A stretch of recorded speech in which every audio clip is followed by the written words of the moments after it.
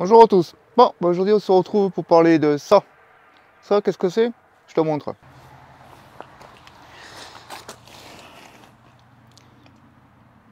Donc ceci est une GRX 4. X4 pour 4 roues motrices. C'est un 4x4 permanent de 1989. Il a 140 000 km. Autant te dire que il lui reste encore à parcourir. Il y a aussi les de 1989. 32 ans. 32 ans. Alors la plupart du temps, tout le monde connaît la 405 ou la 405 4x4 est plus connue pour la version 405 Mi 16. Beaucoup de monde la connaissent la 405 Mi 16 parce qu'elle fait partie des années 90 où il y avait la 205 GTI, la 309 GTI et toutes ces caisses un petit peu sportives de l'époque. Et la 405 Mi 16 c'est la plus connue. En version 405 bien entendu. Mais il y a eu aussi en 4 roues motrices la 405 4x4 pour les pauvres. Ça, la version GR et la version SR. Donc la GR, c'est vraiment le bas de gamme. Le bas de gamme. Et après, tu as eu la SR, qui elle, en version 4x4 aussi, a eu des meilleures finitions. Voilà, en gros, c'est ça. La différence entre la GR et la SR, c'est les finitions à l'intérieur. La 405 Mi 16, je ne vous en parle pas parce que vous tapez ça sur YouTube, vous en trouverez des millions. Par contre, celle-ci, la SR ou la GR, elles deviennent pas spécialement rares, mais de moins en moins. Elles ont été vendues à très peu d'exemplaires. La particularité de ces versions 4x4, c'est ça.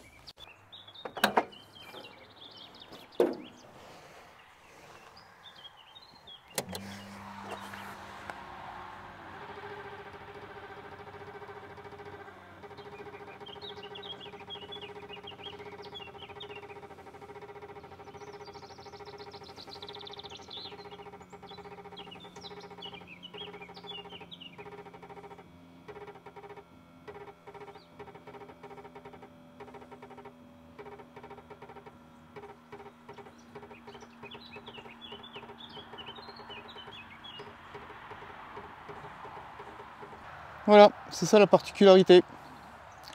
À l'arrière, elle a un train de BX 4x4. Alors c'est un espèce de système hydropneumatique.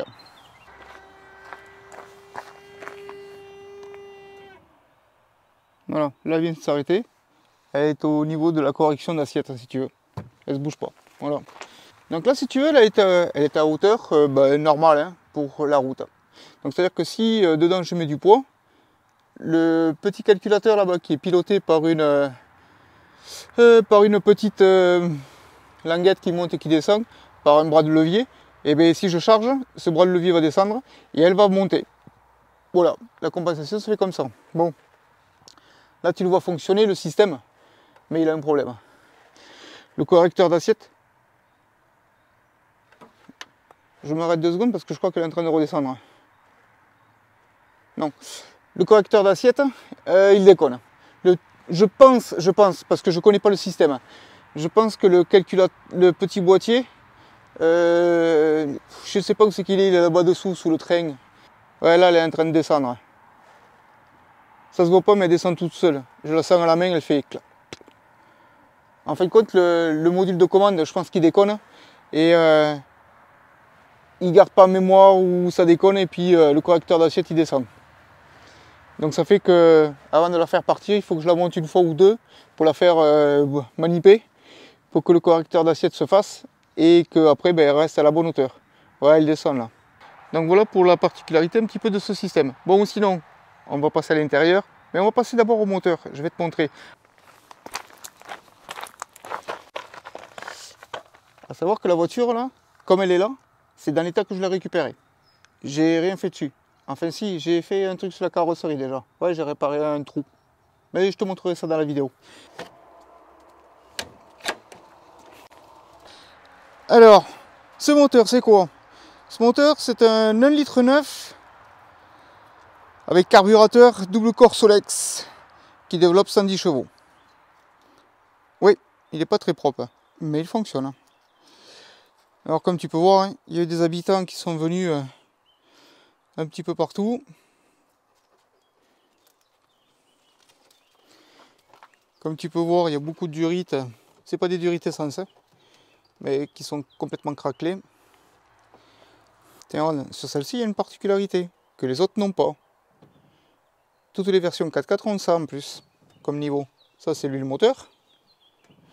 Et ça, c'est l'huile de la boîte de transfert pour la truc 4x4. Après, comme tu peux voir, elle est propre encore, hein, elle n'est pas abîmée, elle est juste sale, c'est tout. Il y a beaucoup d'entretien de base à reprendre. Par contre, tu vois, les cylindres blocs qui sont morts, voilà, il y a beaucoup d'entretien de base. Par contre, l'ancien propriétaire a fait les choses bien quand même, puisque la courroie accessoire, la courroie de distribution, donc la pompe à eau, a été faite en 2020. Donc, tu vois, malgré tout, elle a été un petit peu suivie. Mais après, je pense que l'ancien propriétaire est arrivé à un niveau où ça devient vieux et ça devient compliqué pour quelqu'un qui n'y connaît rien. D'amener ça au garage, de la faire réparer, c'est hyper compliqué. Et ça revient vite cher. Je vais te mettre une photo du contrôle technique qui date de 2020 ou 2021, je ne sais plus. Voilà, je vais te la mettre là.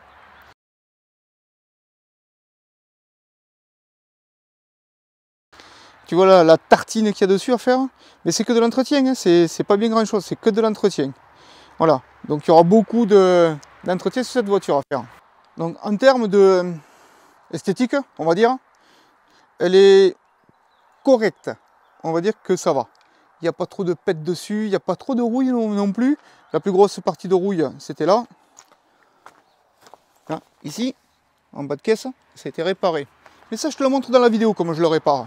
Au moins, ça vous fera un début de travail sur la voiture, au lieu juste d'une présentation. Donc, je disais, sur un niveau esthétique, elle est correcte. Hormis, tu vois, des joints comme ça, là. Mais bon, on ne peut pas y faire grand-chose. Tu vois, là, tu ne le vois pas, mais il y a un POC. Ça, c'est rien, c'est à retirer. Là-bas, il y a le même POC à faire ressortir. Et ici aussi. Voilà, ici, là. Hop, à faire remonter. Ou sinon, après, elle n'a rien. Elle est toute propre. Enfin, toute propre, je me comprends. Hein.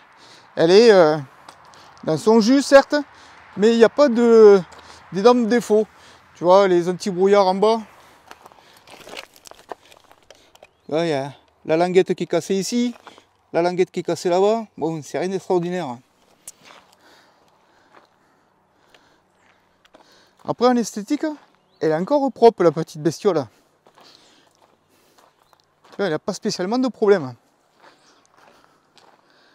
Dans le coffre, ah, si, c'est l'une des rares, à l'heure actuelle, qui a encore cette bande-là. Bon, ça, c'est pas une option de maintenant, hein. C'est une option d'époque. Avant, normalement, ici, tu as un petit truc pareil, mais en strié, en plastique strié.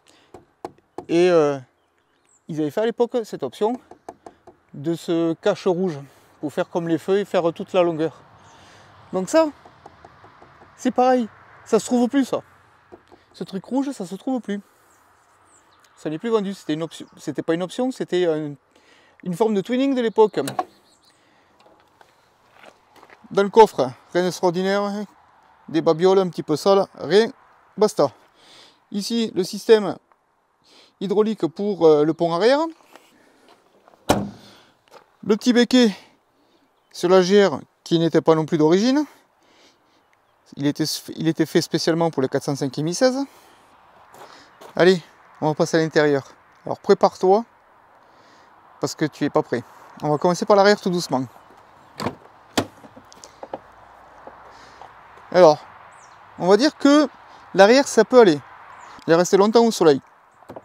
Donc le panneau de porte, bon, ils sont dézingués les panneaux de porte. Et juste avec les fissures là, c'est complètement mort. Donc ça a changé. La banquette, à l'arrière, tu vois là, les petits morceaux de mousse, c'est ceux qui viennent de dessous. Et c'est les souris qui ont attaqué. Bon, on va dire que la banquette arrière, ça peut encore aller. Elle n'est pas abîmée, elle est jaune, machin, mais elle n'est pas déchirée ou quoi que ce soit. Les ceintures, tout est bon. Le plafond, tout est bon. Ça se décolle pas ni rien. C'est toujours, tout est propre. L'autre côté, tu vois, panneau de porte aussi complètement mort, à changer complet. Maintenant, on passe devant. Bon, comme tu peux voir, le panneau de porte, celui-là, il est complètement mort, à changer aussi. Tu vois, le soleil. Alors, tout a été bouffé par le soleil. Il n'y a pas de secret sur celle-là. Il manque pas mal de choses. Ah, tiens, regarde, une jolie option de l'époque que certains connaissent, mais d'autres ne connaissent pas. Les vitres manuelles. Allez, on passe à l'intérieur. Bon, siège avant, mort, à changer. Bon alors pour l'intérieur, ne t'inquiète pas, hein, c'est normal. Ça si tu veux, c'est la boîte à gants que j'ai vidée parce qu'il y a des souris dedans. Basta, on s'en fout, c'est rien d'extraordinaire. Alors ici, boîte à gants, assez profonde. Tu as vu les fissures là sur le tableau de bord. La planche de bord elle est complètement morte. Ici c'est pareil. Le seul truc qui a résisté, c'est la casquette ici. Qui a résisté. Enfin, tout ce qui est vrai plastique, on va dire, qui a résisté. Ouais. Bon. J'ai beaucoup de... Bah en fin de compte, je vais pas m'embêter si tu veux. Je vais changer tout l'intérieur complet. Voilà. Il n'y a pas de secret. Tu vois, même les commodos, regarde, hop, tellement que c'est resté au soleil comme ils sont, dans l'état qu'ils sont. Tiens, tu veux qu'on la démarre? Allez, on la démarre. Alors dessus, il n'y a pas de starter automatique, donc elle ne démarre pas au premier coup. Hein. Enfin, le starter automatique, on va dire que ne fonctionne plus. Qu'est-ce que c'est ça là-bas? Je t'explique après.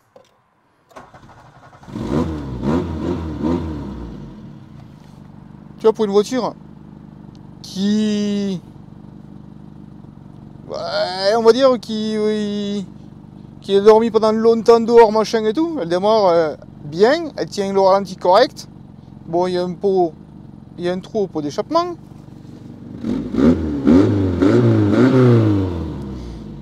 Ça fait le bruit du 405 M16, mais ça n'est pas une. Tiens, pour la petite anecdote, ça, c'est la clé d'origine. Et je demande au propriétaire s'il avait le double. Il me dit, oh ben non, il n'y a pas de double. Bon, j'ai dit, ok, c'est pas grave. Et en faisant la réparation derrière, je trouve un Riesling comme ça, qui traîne. Je dis, tiens, c'est bizarre qu'on foute un Riesling à l'arrière. Et tu sais, les anciens, ils avaient toujours besoin d'une clé de secours sur la voiture. Donc j'ai retrouvé le double. Ouais. Oh, je pense qu'on peut le rattraper. Tu vois, autant le morceau là, non. Mais l'autre, on pourra le rattraper, je pense, en la dérouillant. Bon, on verra ça plus tard. Mais j'ai le double. Tu vois le petit clignotement là-bas? Bon, ça c'est pour dire qu'il y a un problème. Mais est-ce que tu sais ce que c'est ça, ce petit truc? Tu vois, on retrouve le bouton ici, de commande. À savoir que il n'y a que les SR X4 et GR X4 qui ont cette option, je crois. Et bien ça, c'est le blocage différentiel. Donc dessus, il y a un blocage différentiel arrière et un blocage différentiel central. Bon, allez. Là, ce que je vais lui faire en premier, c'est ce qui ne me convient pas, c'est-à-dire les barres de tôle. Ça me plaît pas, je vais les virer. Et je vais la nettoyer, un grand coup de Karcher, et je te montre après ce que ça donne. Déjà une meilleure gueule, comme ça.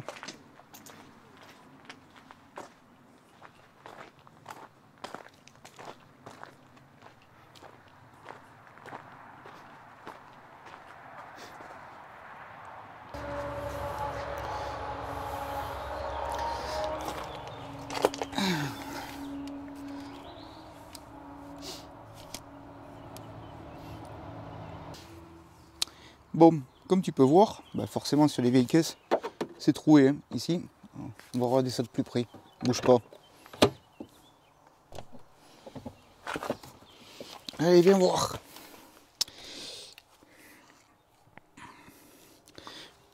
Alors là, tout le morceau, si tu veux, à partir de là, le morceau est complètement bouffé. Hein, déjà, là, ça, c'est l'intérieur de de l'aile en fin de compte.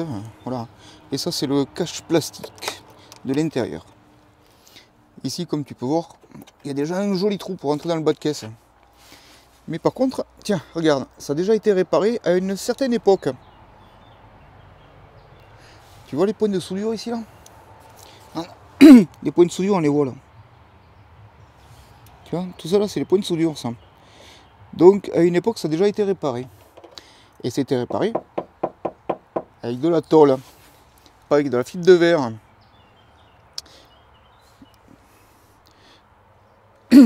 Donc là, si tu veux, le morceau je vais le remplacer, hein, ici là.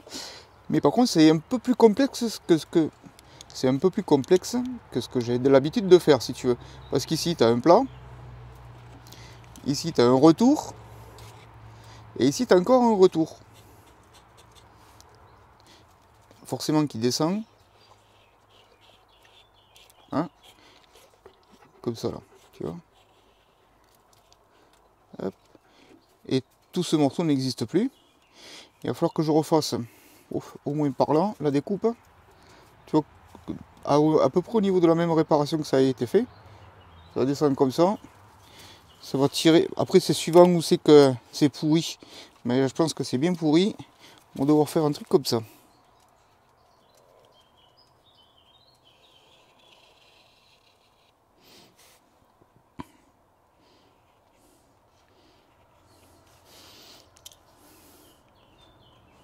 Voilà. Il va falloir que je remplace tout ce morceau. Alors bien entendu, avant de découper, on va regarder un petit peu partout ce qui se passe. Hop, voilà, déjà dans le passage d'aile. Ici, là, il faut bien nettoyer. C'est souvent le problème des voitures hein, qui sont pas souvent nettoyées. Tu vois, voilà. Hop là, toute la merde qu'il y a dedans. Et ça te crée de la merde dans les... C'est ça qui te pourrit les ailes, les machins et tout. Il faut jamais oublier de passer le Karcher là-dedans.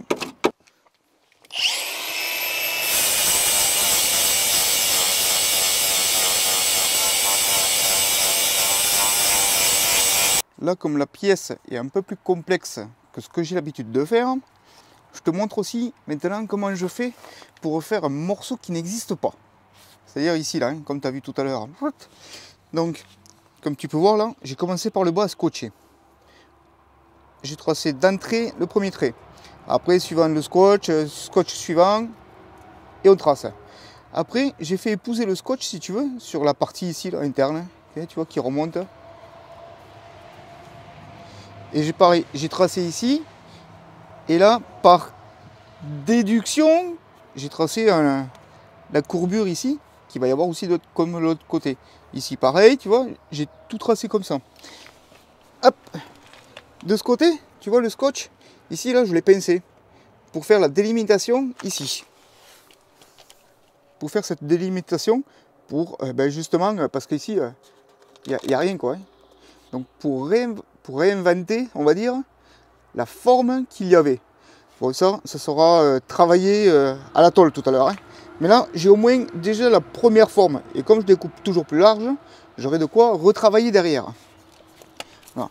Après ici, ça c'est la délimitation du passage d'aile à l'intérieur, comme tu peux voir en bas là. Hop. Comme tu peux voir ici, tu vois. C'est ça là. Hein. Ici, c'est l'angle extérieur. Donc avec ça, maintenant, on va définir le travail de comment je vais le faire. Alors, tu vois, pour moi ça va être simple. Il va falloir faire ça en 2 pièces. Parce que cette forme tout d'un coup, je pense que oui c'est possible. Un bon carrossier, enfin un bon tôlier, doit savoir le faire. Moi je ne suis ni tôlier ni carrossier, comme j'ai déjà dit dans toutes mes vidéos. Donc je fais comme je le sens. Et des fois j'ai peut-être pas la bonne truc. Donc ici, je vais faire ça. Bon, je marque 1, mais ça fera partie d'une pièce. Et ici, d'une deuxième pièce.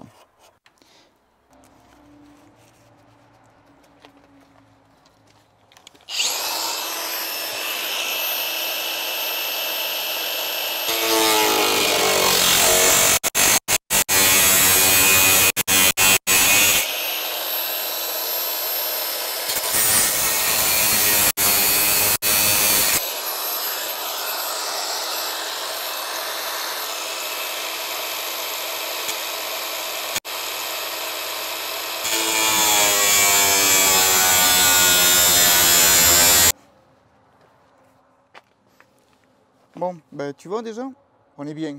Pourquoi on est bien? Parce que regarde l'intérieur. Il n'est pas rouillé. Même en bas de fond de caisse, c'est juste dégueulasse, c'est tout. Donc ça veut dire que c'est vachement bien. Mais putain, elle est super propre à l'intérieur. Il n'y a pas un morceau de rouille. Il n'y a rien. Attends, je vais te montrer pour que tu puisses bien y voir.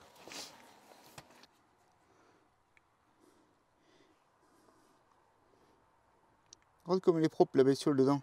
Il n'y a pas un morceau de rouille.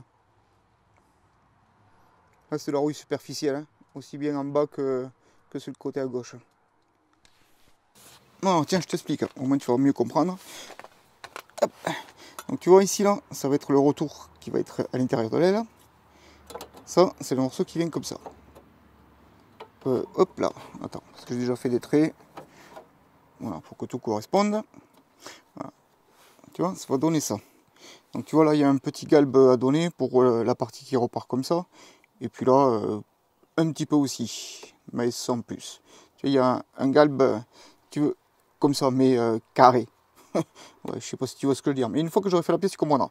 Donc là, regarde, hop, voilà la difficulté qu'il va y avoir à faire pour que ce soit bien foutu. Tu vois ici là, c'est ici là que je vais devoir bien travailler pour que la porte puisse venir passer dedans et fermer. Et une fois qu'elle sera fermée complètement, tu vois, il faut que tout ça arrive à fleur. À ce niveau là, c'est déjà réparé. Voilà. Donc maintenant, il faut traiter tout au fer rose intérieur. Ici au fer rose, on peut le faire, hein, d'entrée et dedans aussi. À l'intérieur, tout ça là, il faut tout traiter. Dessous, en haut, partout. Bon, je te fais pas de dessin, j'ai déjà expliqué 50 fois comment on fait.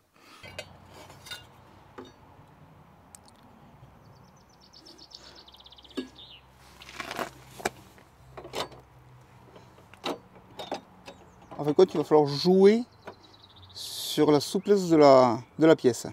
Tu vois, une fois qu'elle sera soudée en bas, il va falloir un petit peu hop, la retravailler. Enfin, la retravailler. Bah oui, la retravailler un petit peu pour qu'on puisse venir prendre bien le dessous. Comme il faut là. Ah, bon, bref, tu verras. Enfin, tu verras. De toute façon, si tu veux, en gros, il faut souder le dessous.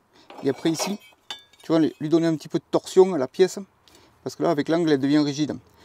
Hop, lui donner un petit peu de torsion pour justement pouvoir la reprendre et la souder pile poil là-haut. Et une fois qu'elle aura la forme complète, je vais la retravailler un tout petit peu.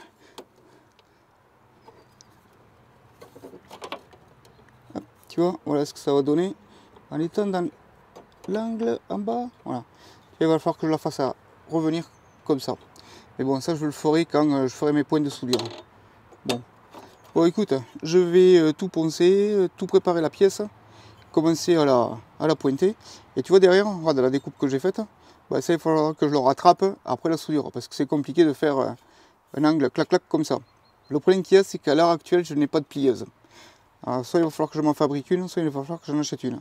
Parce que là, ça le fait pas aussi non. Enfin, ça le fait, mais pas assez. Alors avant de souder, tu vois, comme je t'ai dit à l'intérieur, c'est tout épeint au fer rose. Et puis là, c'est du cil 12. C'est ça. Là, c'est du mastic étanche pour les carrosseries. C'est fait exprès pour les bagnoles. Celui-ci, il se met au pinceau ou en spatule. Voilà. Mais sinon, il existe en cartouche. Moi, je préfère en pot parce que, comme je l'utilise par exemple très peu pour un morceau ici, je fais pas des grandes quantités d'un coup. Ça me permet de le garder plus longtemps. Donc là, si tu veux, la tôle qui était dessous, là, quand je vais venir poser celle-ci, comme ça, ben ici, ça va faire l'étanchéité. Et ça évite que l'humidité s'infiltre, passe là, là-dedans, et vienne pourrir l'intérieur. Voilà pourquoi il y a ce retour d'origine. Et là, en remettant le morceau que j'ai fait ici, plus le cil 12, ça me fait une étanchéité comme d'origine.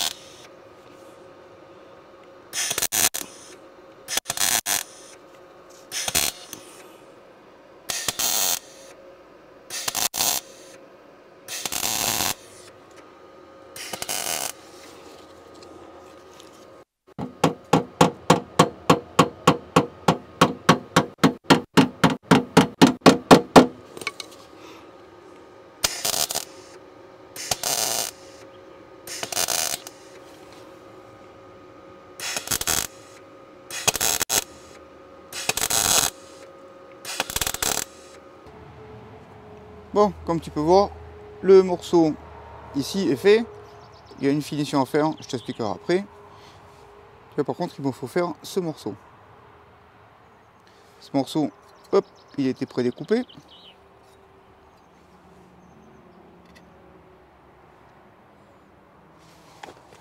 Non, hop, c'est comme ça, pardon. Voilà, ce morceau a été prédécoupé. Mais comme tu peux voir, il faut qu'il vienne prendre cette forme.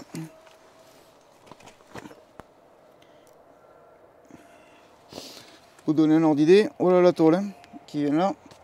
Et il faut que j'y fasse prendre cette forme. Ici. Donc là, j'ai laissé le scotch comme ça, dans cette position, justement pour pouvoir venir superposer au fur et à mesure que je forme la tôle. Bon, la tôle pour la former, c'est au marteau et à l'enclume, hein. J'ai pas d'autre solution là. Voilà. Voilà la pièce.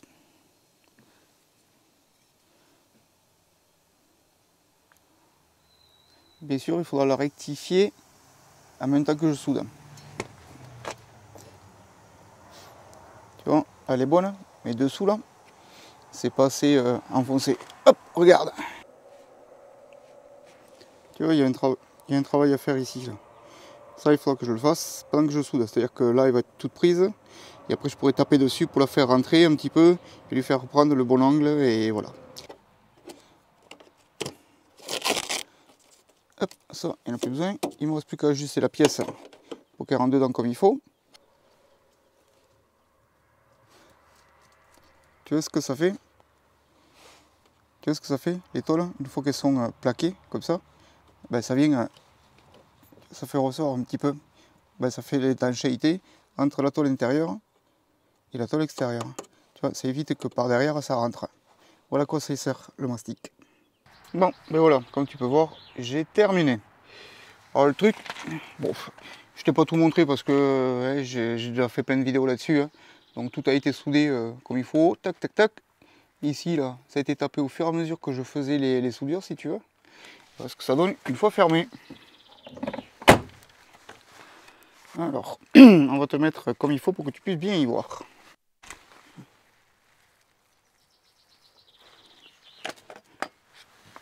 Ouais, ce qui est coulé là, c'est sous le plastique là-haut. Il faudra que je démonte pour regarder ce que c'est. Mais je pense qu'il faudra réparer. Bon bref, on n'en est pas là. Donc, tu vois, la portière, l'angle est bon. Hein. Pas nickel nickel, mais écoute, voilà. Je suis un amateur, hein. Je me débrouille comme je peux. Enfin, sur l'intérieur de l'aile, comme ça finit, comme l'autre côté. L'autre côté, je te montrerai comment ça finit.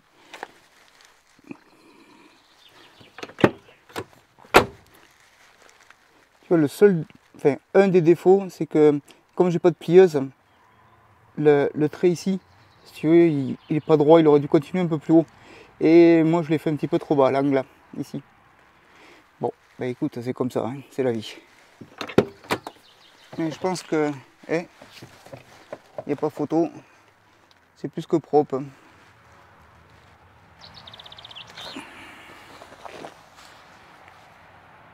Bon, ben, comme tu as pu voir, hein, travailler un petit peu sur la 405, on fait vite fait un petit peu le bas de caisse, on va dire. Prochaine étape, je ne sais pas encore. Il faut que je regarde un petit peu plus partout comment c'est fait. Mais il y a pas mal de boulot quand même sur le train arrière. Tout le train arrière, il va être à refaire, je pense. Ouais. Et comme c'est hydropneumatique, j'y connais rien. Il va falloir que je lise les RTA et que je me renseigne un peu là-dessus, comment c'est foutu. Bon bref, voilà. Bon bah écoute, je te remercie d'avoir suivi, puis je te dis à la prochaine.